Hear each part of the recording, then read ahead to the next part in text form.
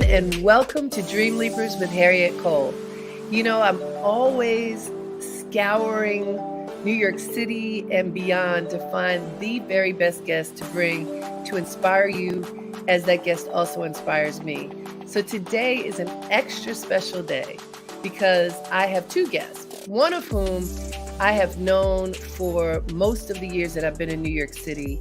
I consider her friend, mentor, bright light always for beauty, freedom, and potential. All those great things. Her name is Bethann Hardison, and I want to tell you a little bit about her and the person who's here with her.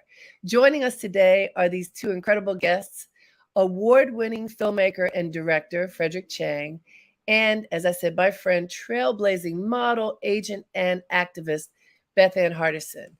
Together, they directed the new film that's just out, just right this minute. It is called Invisible Beauty, and it premiered at the Sundance Film Festival earlier this year. This film follows Bethann as she reflects on her journey as a model and activist. It highlights what is really an often overlooked fight for racial diversity in the modeling industry, something people don't pay that much attention to, but everywhere in the world, every day people get dressed, and there are folks who show us what that can look like, the models. And Bethann has really fought the good fight to make sure that models of color in particular get their due. So please join me right now in welcoming Bethann Hardison and Frederic Tcheng. Hi. Bethann, Frederic, hi. Oh, thanks for having us. I'm so happy to have you. So Bethann, as you know, you're my heart. We go back. You know, when I started in fashion as a fashion editor at Essence Magazine in 1990, you had been in this industry for 20 years or more, you know, blazing a trail as in so many ways, you know, as a Black woman model who even way back then, you weren't like whatever typical was. You were yourself and you walked into this space with a certain sense of confidence that I think has carried you all the way through. And you share about this in your film. And I want you to tell us, we're going to get into the film of Frederic, but this little piece, which is early on in the film, but something you told me about yourself when we first met, this sense of confidence and strength, I remember you talking about your daddy and about how your father instilled this sense of self and purpose and dignity that no matter what was happening, that's how you walk through life. Can you tell us the importance of your father on who you are today? Well, I do give a lot of credit to what he did. My father took me to live with him when I was 12 years old, going into my 13th year.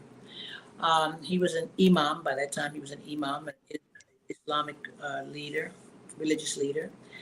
I think a lot of things that he really wanted me to know, he made sure I had to witness with him. So yes, he instilled a lot of things. I think he exposed me. I don't know if who I am today really is because of my father per se, but I know oftentimes today I can see that my father in me. I could see Well, how. and let me be clear, I am not at all saying that it's just because of your father, but that influence was very strong, right? Yes, the influence was very strong. The education, it was so much the education. He really educated me. It was never like just, you know, being around and you notice what he says, but everything he did from, you know, making me learn how important politics was, or making me aware of Joseph Kennedy, for instance, you know, the father of the Kennedys. So many things that he would just turn me on to and make me be invested in our society, politically and every kind of way. So it made me read things that I would normally not read, like the Torah, the Jewish book, or, you know, to be sure that I read the weekend, the reviews of the Times, you know. He was in for someone to have to do things like that, or we started juicing, you know, extracting vegetables. So many people say, "You did that back then?" Yeah, he was for, and then he even wanted, you know, back in, to do it in the late 50s, you know, to start become a vegetarian is the worst idea in the world. And we did it for 2 weeks, and then he changed his mind. So that was great. And I guess in part, I feel many connections to you, but I was influenced greatly by my father, who was a judge. He was the first Black judge on the Maryland Court of Appeals. He was a very powerful figure. And I remember, even now, he's been gone many years, his rules, his way, like the way you move through space, the way you honor people, the way you must live with integrity was something that he taught us. And I see Yes. that in you. I see Yeah. that in you. And I see, like you said, that your father made you pay attention to politics and the way that people interact with each other. You as a model, because I started as a model as well. And you can be a model and be beautiful and stay skinny and that's all well and good. But to fight for models, to fight for what's right, that's a whole nother ingredient of personhood that is part of your DNA. Where do you think Yes. that came from? I think that's just, I think it's a justice gene you have in me. I mean, I would do that for kids in my neighborhood when people would start fighting. Everybody should say to me, Bethann, I want to talk to you because she did this to me and I don't like that. So people always came, even when I was preteen to teenager. I think it's just something in me that I can sort of see when something's right, when something's wrong, especially when it comes down to my industry, between the model industry and the fashion industry. It was just something that I sort of believed in because I knew the players. And so for me, originally, when you're doing on the national stage, I knew, I just believed at that time that they had fallen into like a rabbit hole, as I often say. But their objective was not to eliminate, because if you do that, a race that was already there, especially if they were already there, then you basically are, demonstrating racism, whether you think you are or not.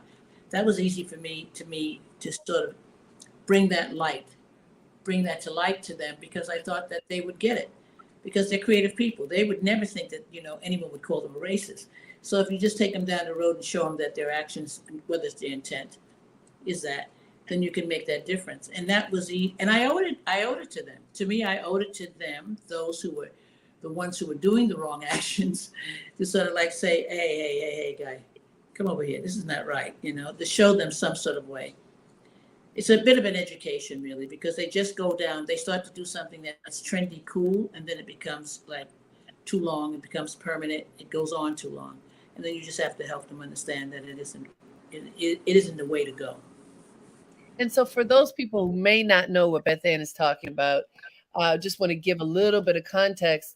So for Bethann herself, she was a model for many years, working in the industry, started an agency, that Bethann Management, that represented some of the top models in the world. And then you retired and then had to come back and fight the good fight, because models from your day through your agency days were diverse. There were models of all different sizes, shapes, colors, backgrounds. Well, maybe not sizes as much. That's kind of newer. But then it changed because Eastern European models came on the scene and sort of wiped out the models of color. Bethann, you decided at a certain point that you really needed to tell your story. And I remember for years you talking about making a film, many, many, many years. And getting to now, right? Now you have made a film. What made this the time, and what made Frederic Tcheng the one for you to work with? Because it's one thing to say I'm going to do it, and another thing to actually make it happen. It's a big leap to get to. We have a film that just premiered at Sundance. Yeah. No, well, the thing of it, just to go back a little bit, when it comes down to the model agency, I ended that relationship, me and the model agency, but I didn't retire. I just got rid of that, done, went on with life. To go on to what actually wound up happening with the film, yes, it was, you're right. You were one of the people I would want to talk to about it. And I was always going to do an expose on the fashion industry, because you could see that things were changing. And I wanted to tell that story. And I was going to use 3 model girls of color, to tell that story. and I was working with a different director, and I was really basically going down that road. We had gotten some funding, but eventually it became just a thing where we were always sitting, waiting and being dormant stage because he was busy working and we weren't fully funded. And that was a blessing from Allah, because basically what wound up happening is that relationship ended. Well, when it ended, then I just sort of felt like, okay, now I got to figure out what to do. I always knew I was going to do a film. By that time, I had decided that the film should maybe be about me, because other people kept saying, well, that's a great idea you have, but someone needs to do a film on you too. And as much as I wanted to avoid that, when I started thinking about the film I was thinking about to actually produce, I knew it was harder to get what I really would want, like the yin and yang of it all. Why would a designer even admit that they didn't use models of color? I could see there could be a problem, maybe, getting it to be that. Doing a film about me maybe would be easier.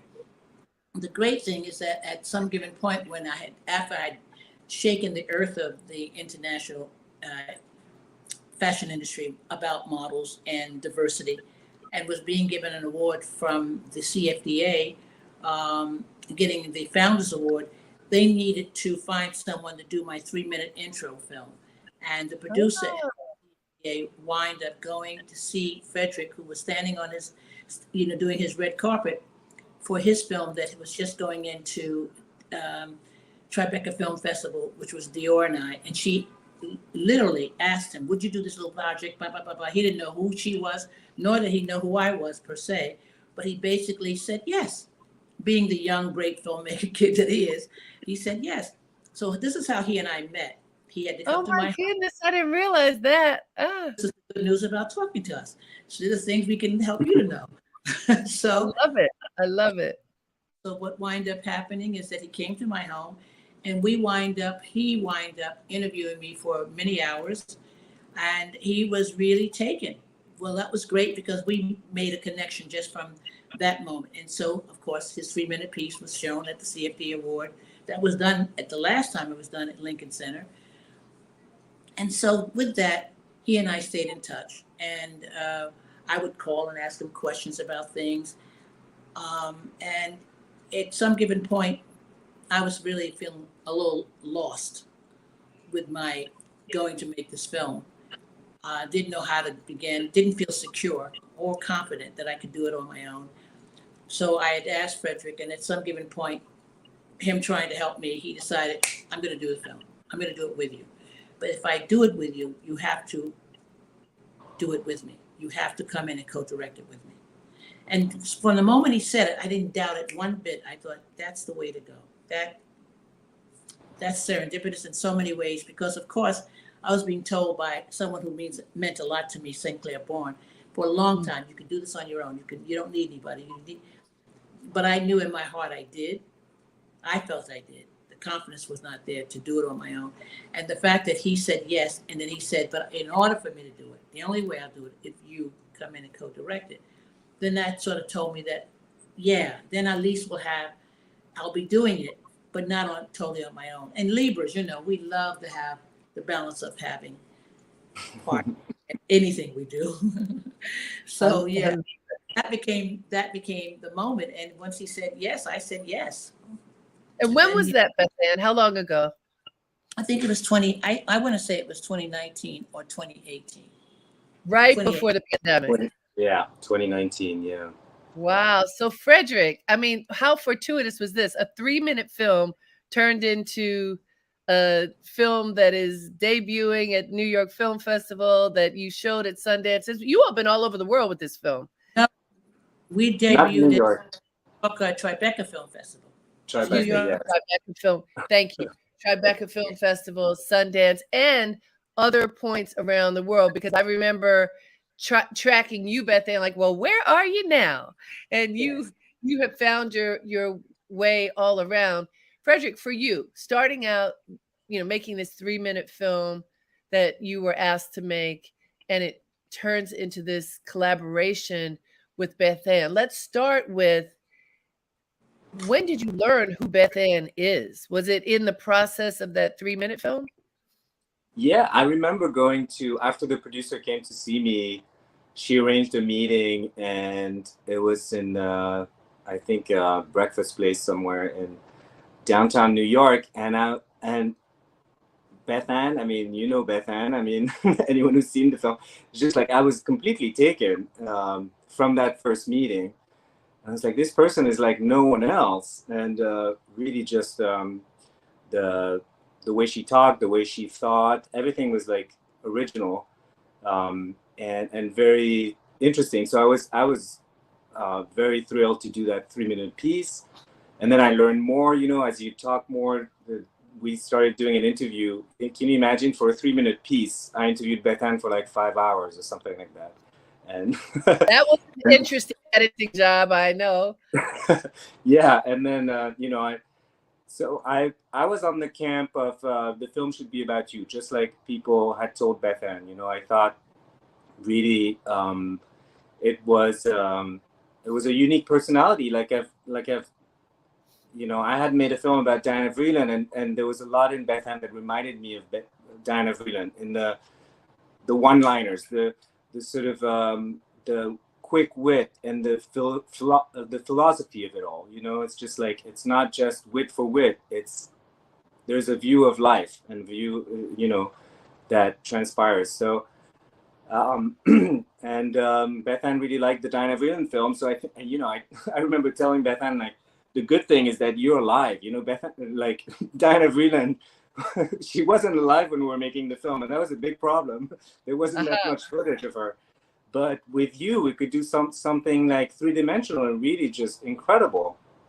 And so, little by little, it came the time to really do it. And as Bethann said, like, I think for me, the collaboration was the way to do it.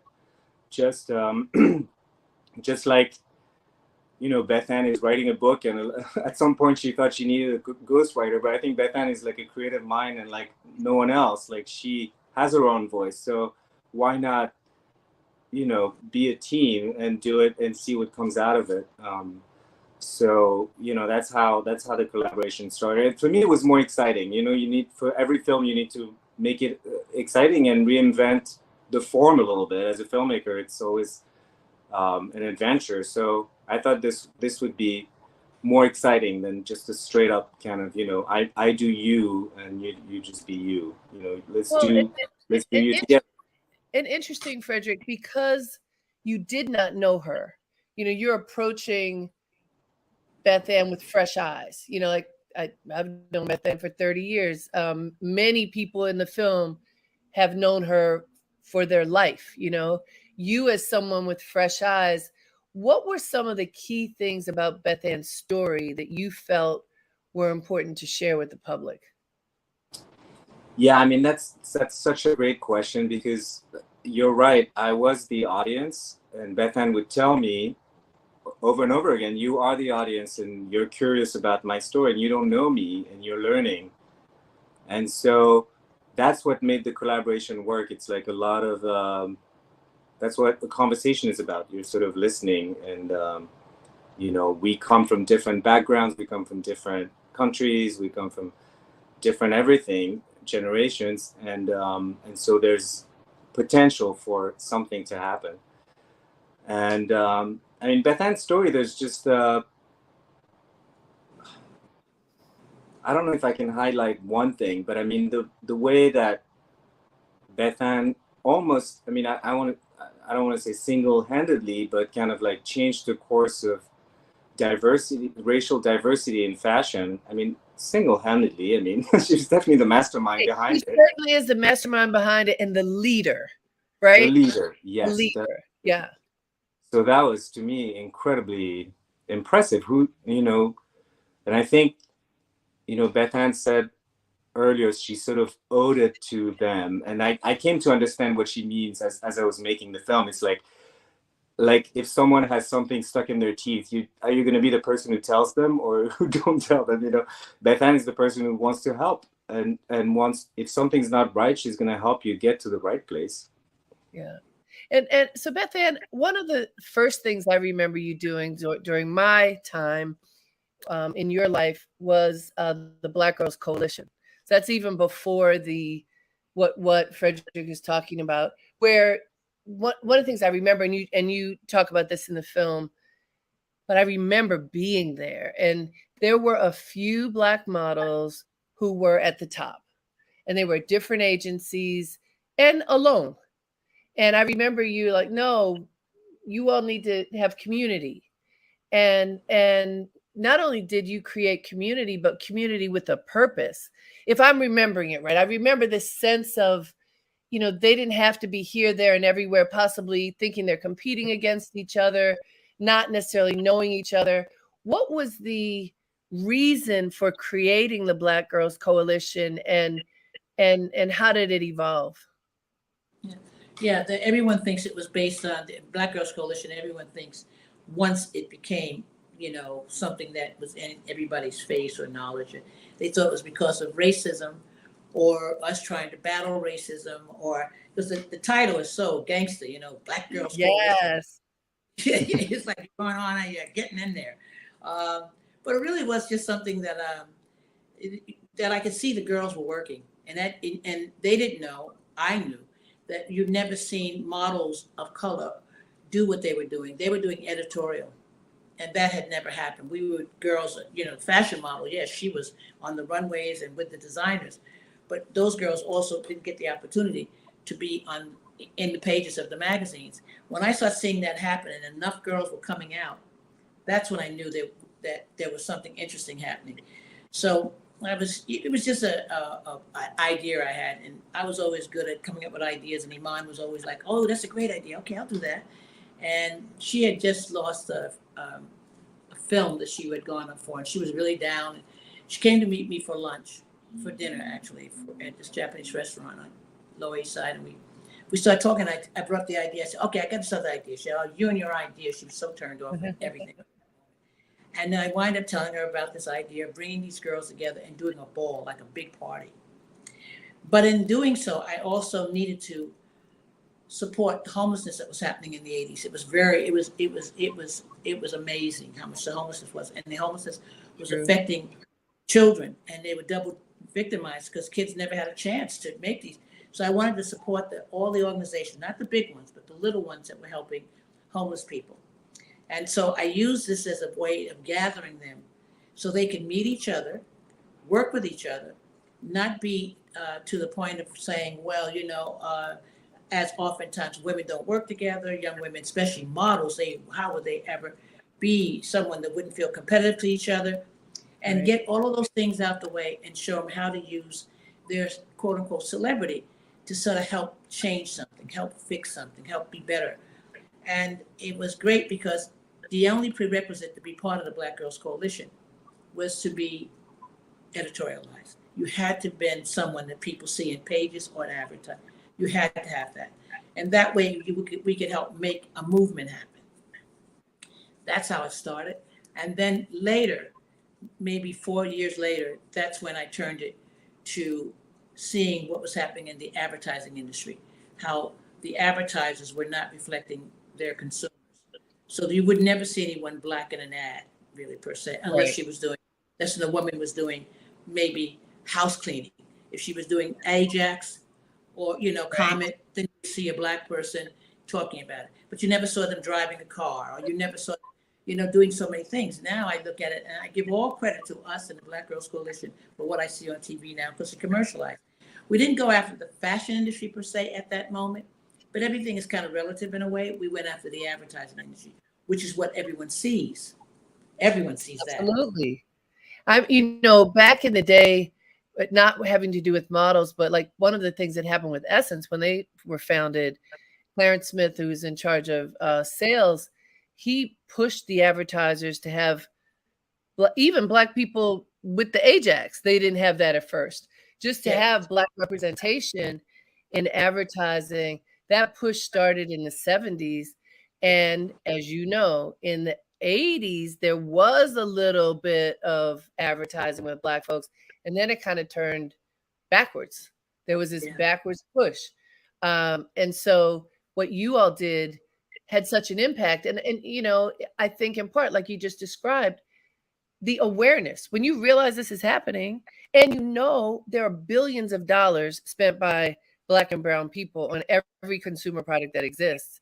Why wouldn't there be advertising that reflects it? But it had to be forced, and the fact that you and they helped force it was important.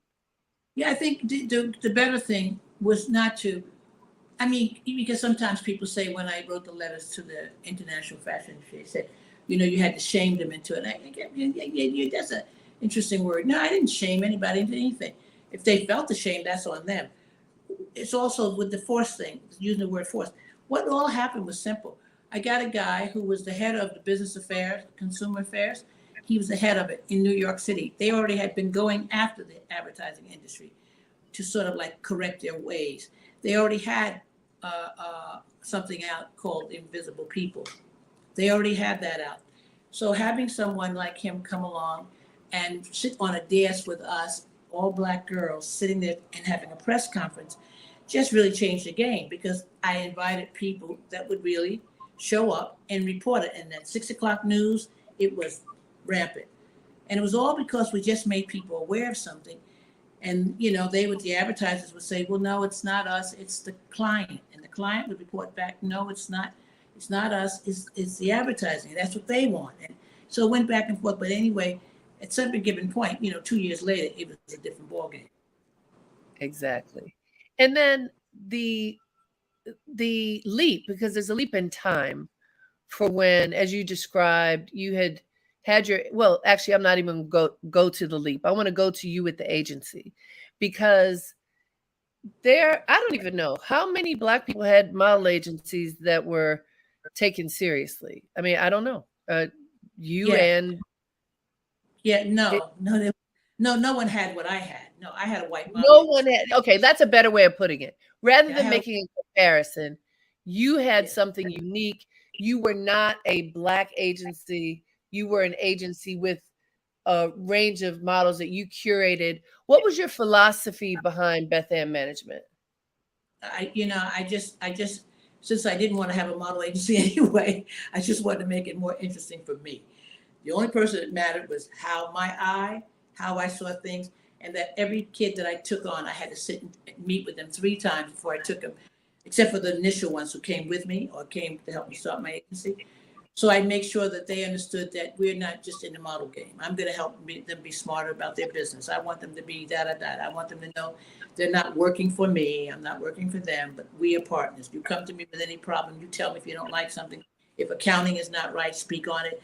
I was there to really just give myself reason to be doing this, to give myself purpose, because I didn't want to have a model agency, but I got talked into it. So here I was. The idea is I knew I had to have primarily a white product, meaning talent client, because I knew that would be what I can compete with my white counterpart. I had to be able to compete against a white counterpart. The only difference with my agency is that I had some Black kids and some Latin kids and some Asian kids in it. So that made it unique. That made me have my own pleasure.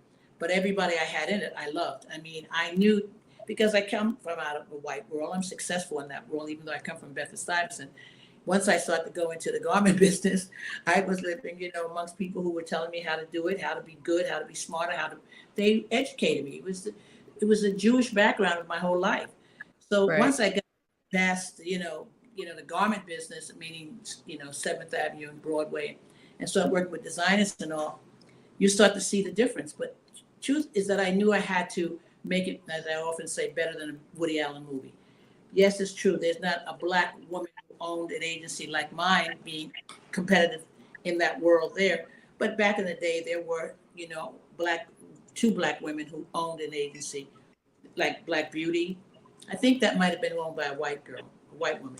But Black Beauty was all the mostly Black talent you see that was in movies and advertising, that was in that agency, and Ophelia DeVore. Ophelia DeVore, right. And they were different from you. Tell us who some of the models were who are household names at this point, who are part of your agency. That were part of it. Household names. I guess Tyson Beckford would be the biggest one. But he Veronica certainly Webb, is the biggest one. And Veronica Webb, right? Veronica Webb was, Rashumba Williams was. It's so funny when you think about it. you think about all the girls who were like top girls.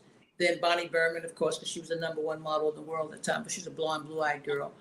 But in the end of the day, you know, there were people, whether they were at my agency or not, that I was mentored to that were at other agencies. So if there was like Iman at the time, because she always came to me when she had some ideas or thoughts about things, because she knew she needed another idea other than or opinion other than her agency. But Naomi would do the same thing.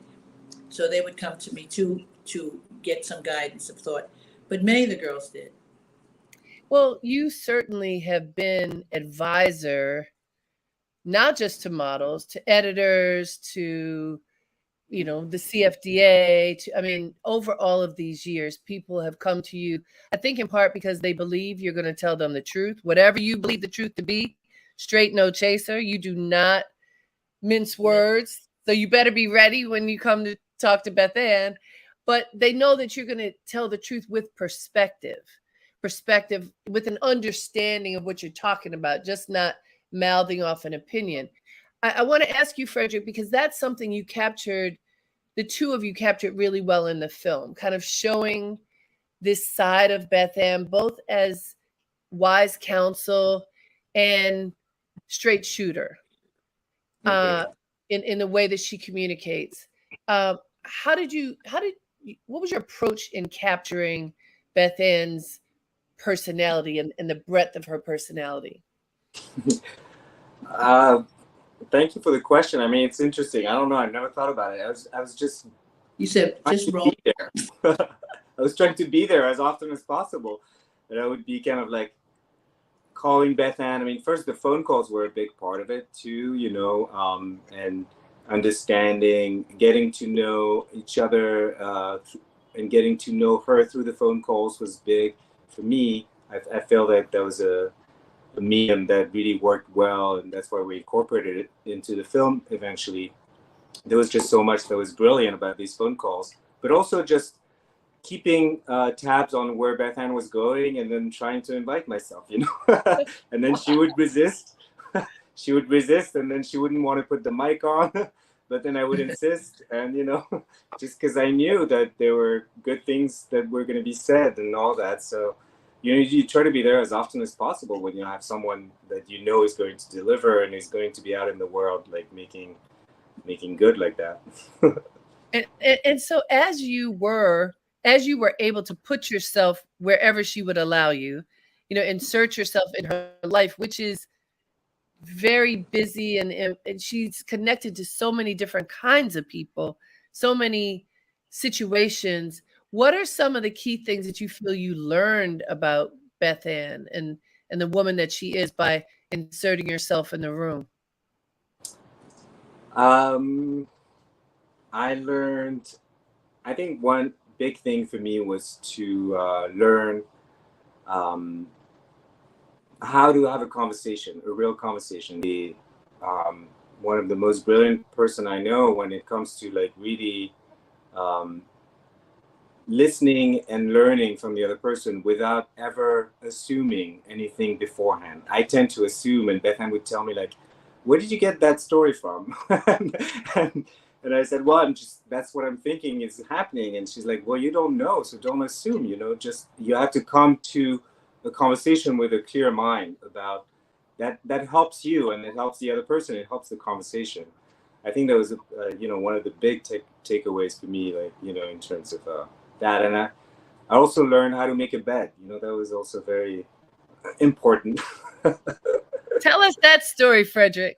Oh my God, making the bed takes a lot of time, and there are many steps, and it's very important because if you give energy to your bed in the morning, it'll give the energy back at night to you.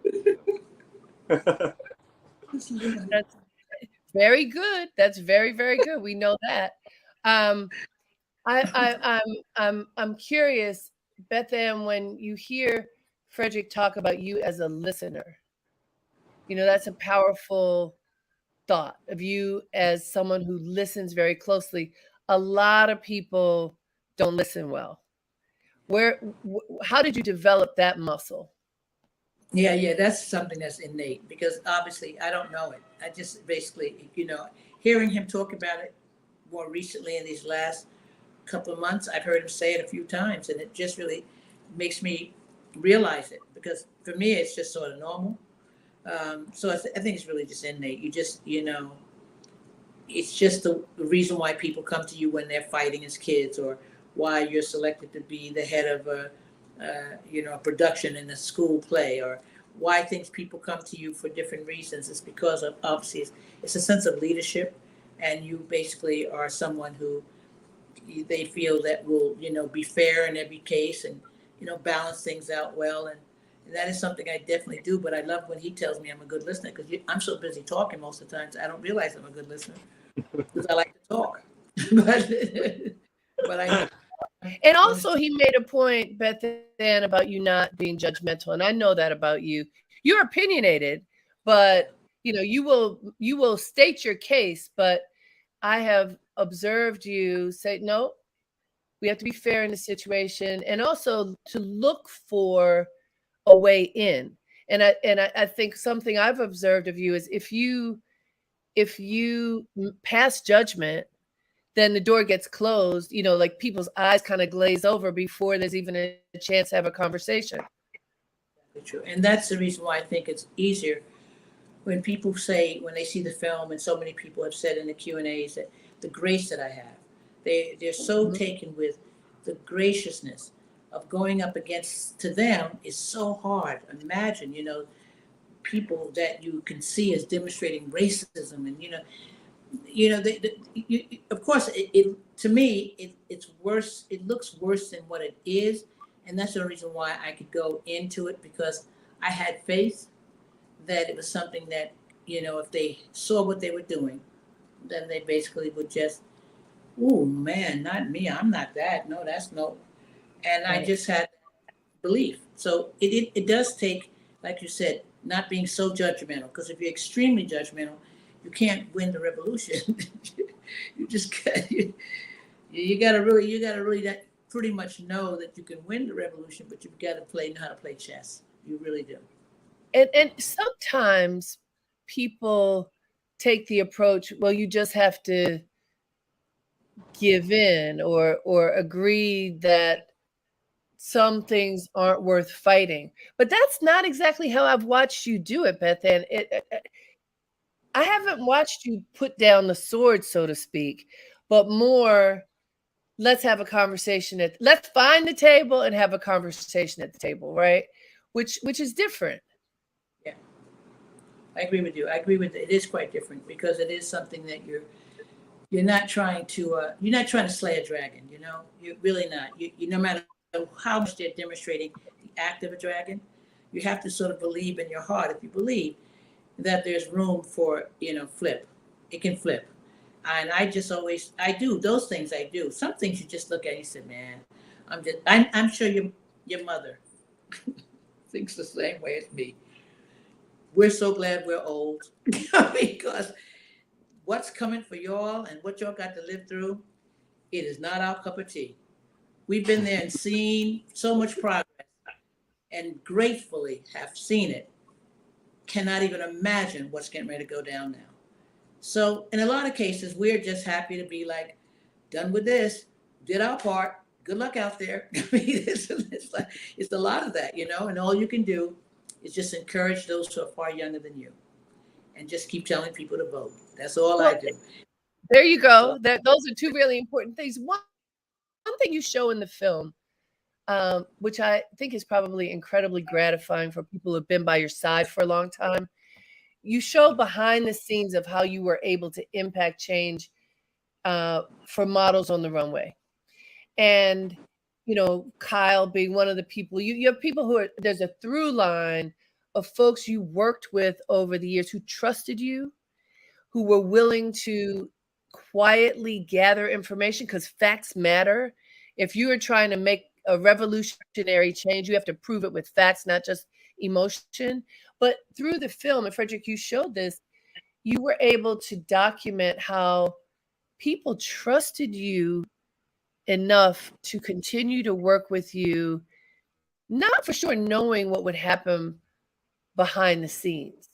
And, in the end, there's all the behind the scenes work, but then in the end, that there would be a positive impact where really not only did you stand up to all of these national and internationally known designers, but also the CFDA.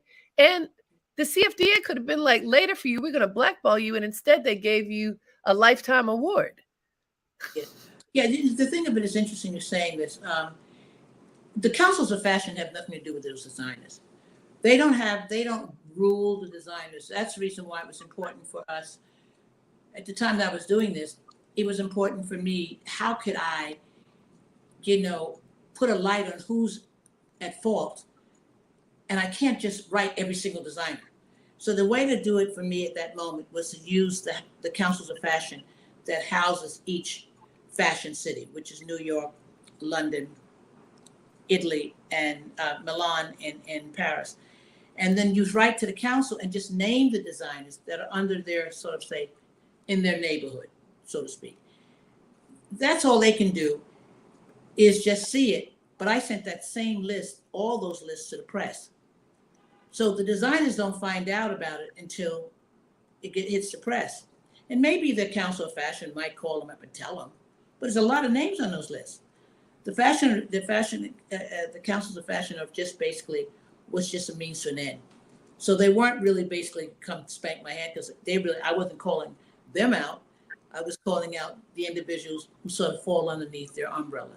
And the truth of it is, I too felt like you, Harriet, that I would never imagine anyone in that neighborhood giving me an award. Because amazing. People would say to me, "Oh, to see if they should give you an award."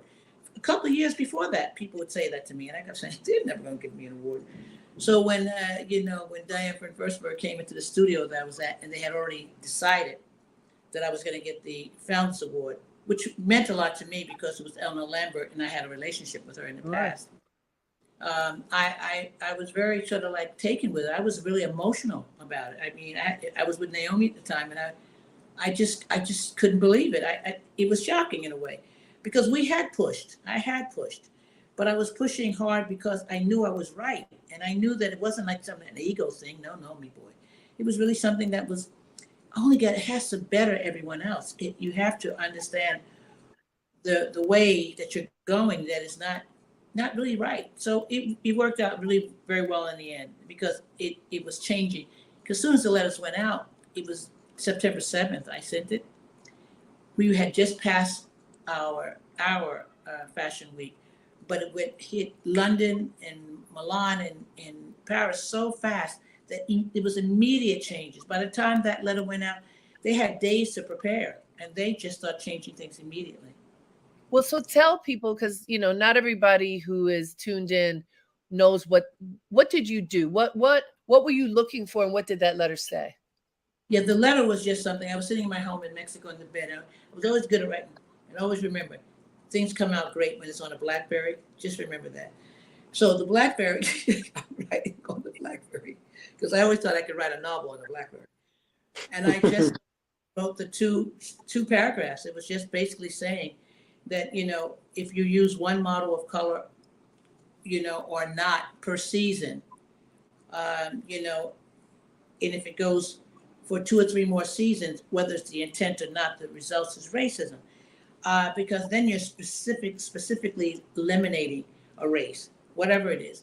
And right. All I wanted to do was, send it to 2 people, which was James, which it was, and also Kyle, who I knew were my soldiers, and see what they thought. And they basically thought it was very hard, but they thought it was time to send it, because I had already been working along since 2007. We started the first press conference. So we had been, but after a while they would go up and then they'd fall back. They'd go up and they'd fall back. So there was time to say something that was a little bit more. What year was this, Bethann? The letter, the year I wrote the letter was 2013. And so we have gone from 2007 to the anniversary of it right now. Well, that's right. That's it. And you had gone, and what you had seen, looking at all of the shows, Paris, Milan, London, New York, and any show that had one or no models of color over that season, you pointed it out by name. Yeah, it could have been 2. But when you see the cast of 35 and you see just 2 and you stay in that, then you know, there's a lot of girls out there, a lot of boys, you know, just have a better casting. So yes, in doing so. And so you say they responded immediately. That was 2013. We're now 10 years later, 2023. Has it held? Do you feel like the shows, the designers continue to have more diverse runways? Unbelievably so. Good. It's like funny. Now they go, the pendulum goes all the way to the other side. Then it becomes a West African model. So then it could be anything, you know. So that's the only problem that I have with it when I see people still talking about, you know, when they're doing model searches and encouraging people to still be models. There's so many models out there that it's hard for a model to start the career as a model and find a career, because it's not going to last for so long, because it's not like with a poignant eye. Now it's just anybody that looks like that. And that now, I'll just say abroad. And so anyway, it's all good. It's definitely integrated. I always like to see a few more Asian kids and a few more. I know the girls when they're, because the girls from Dominican Republic are some of my favorite models anyway. So I like a lot of them. So they're there. But you want to always keep it mixed up, and definitely it's diversified. So there are a lot of white girls, there are a lot of black and brown boys and girls. There are a lot. There are. They haven't fallen back. They've even improved. They begin to see that blacks really look good in their clothes, because it never changes the fact that Africans, you can put anything on them and they're going to look great. You know, and so so it's been working. And what I think it helped to change your mind, because for so long, when I was a model, we barely would do the winter collections because we were black.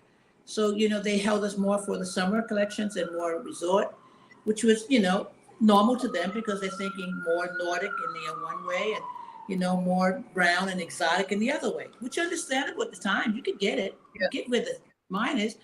But it's nice when they learn that, you know, that's limited, because people that are black wear clothes in the winter.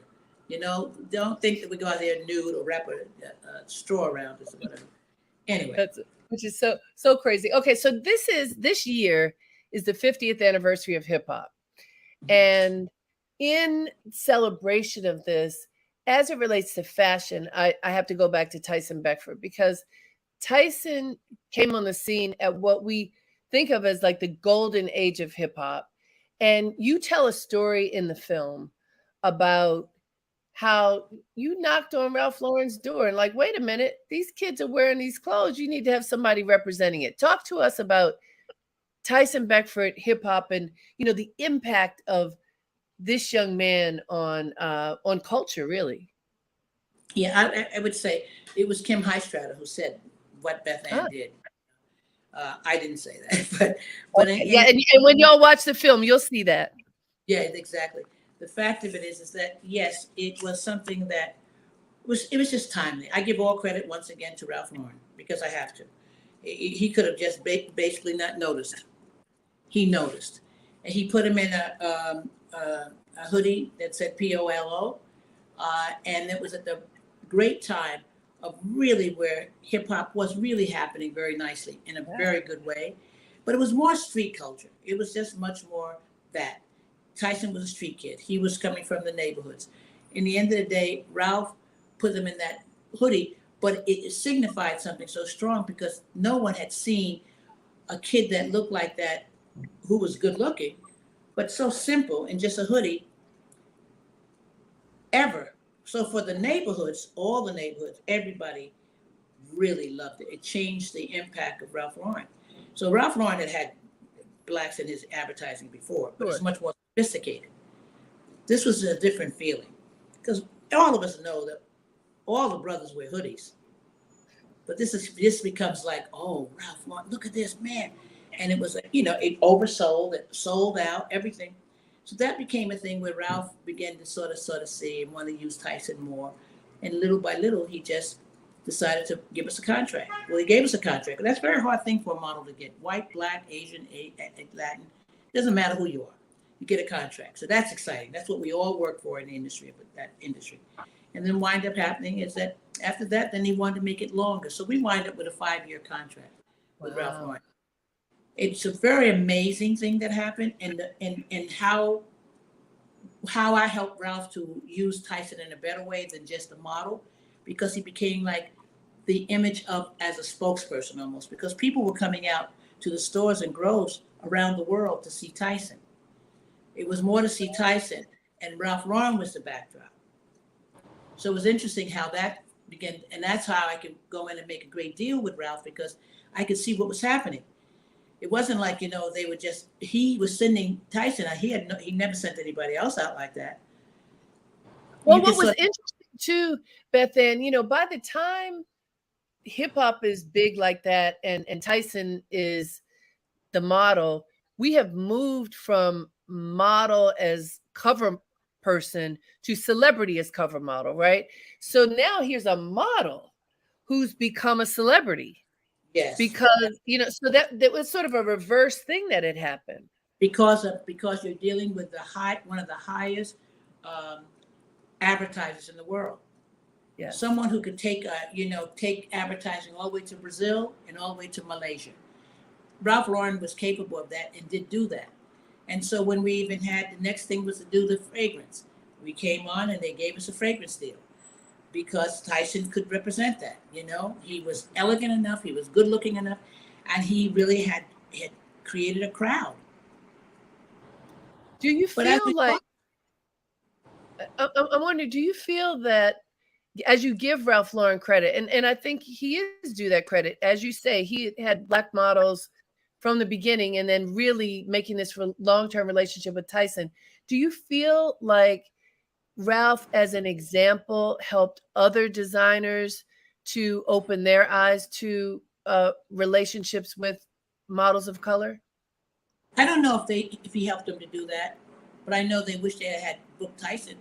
I know they wish that they had gotten Tyson, or that he had come to their agency. I know that.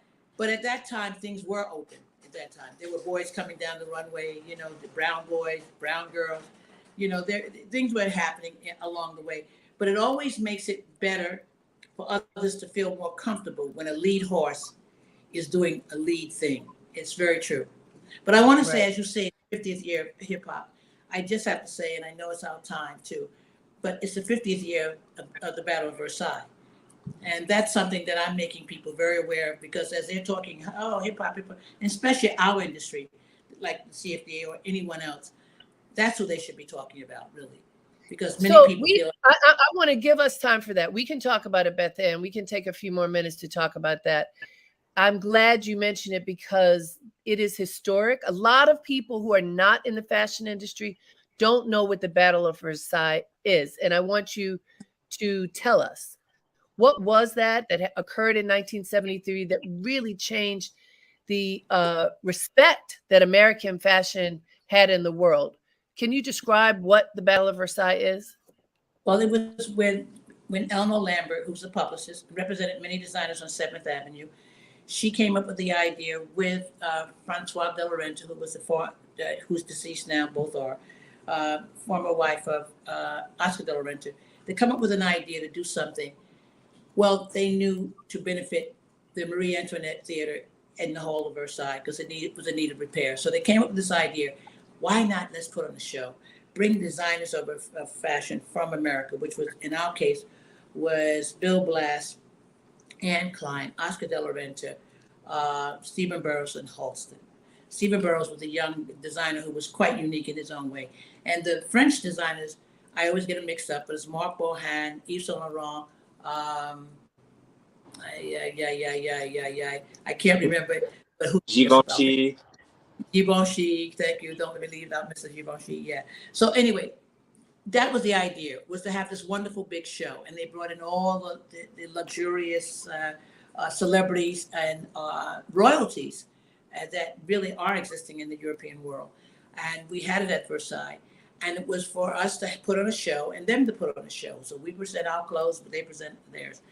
And we wind up, even though it wasn't supposed to be a battle, it was just really just a benefit. But the French press got really naughty and they started saying things like, a few months in, that we were a joke and that here we are coming over to sort of like show what? Sportswear? What? American designers coming over to show what? To couturiers. They could never compare. And they said that, and that made everybody nervous. So anybody who was going to come and follow us and support us from the American press started dying away. Nobody was interested in coming. At some point, we weren't even interested in going. We were scared. And we wind up, going on and doing it, but wind up being purely victorious because we wind up winning the whole thing because it wasn't supposed to be a battle. It was supposed to be a joint venture.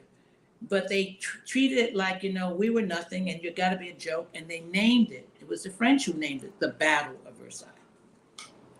And so it was where you saw voguing. There were all these black models. And then all of that was new.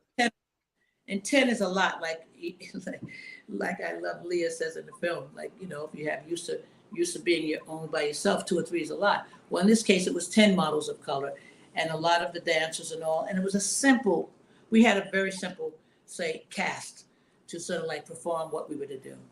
But it was really beautiful in that way. So we taught them a lot of things that they never did, like have music. They don't have music. Girls moved, it was choreographed.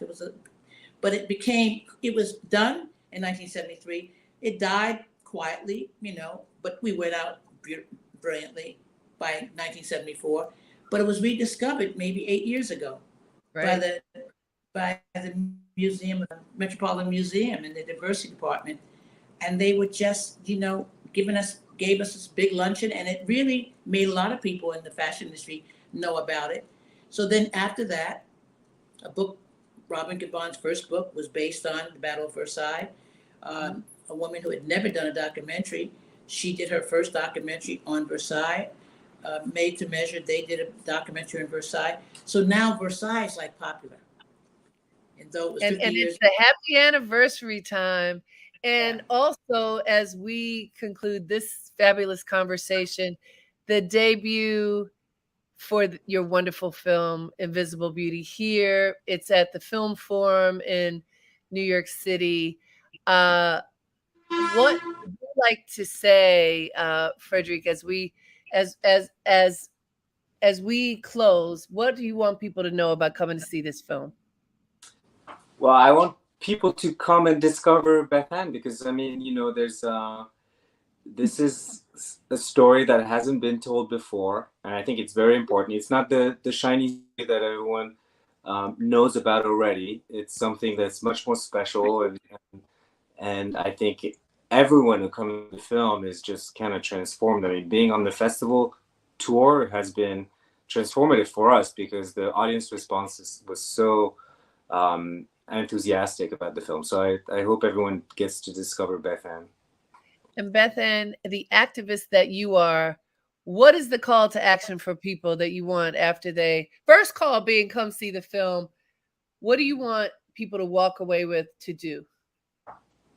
Oh, after they see the film, I really want them to so many people walk away with different things because the film, just to say to the audience, it's not a fashion film. We say it's fashion related, for sure it is. But people see this film and they walk out saying, God, I'm so glad this is not a fashion film. No.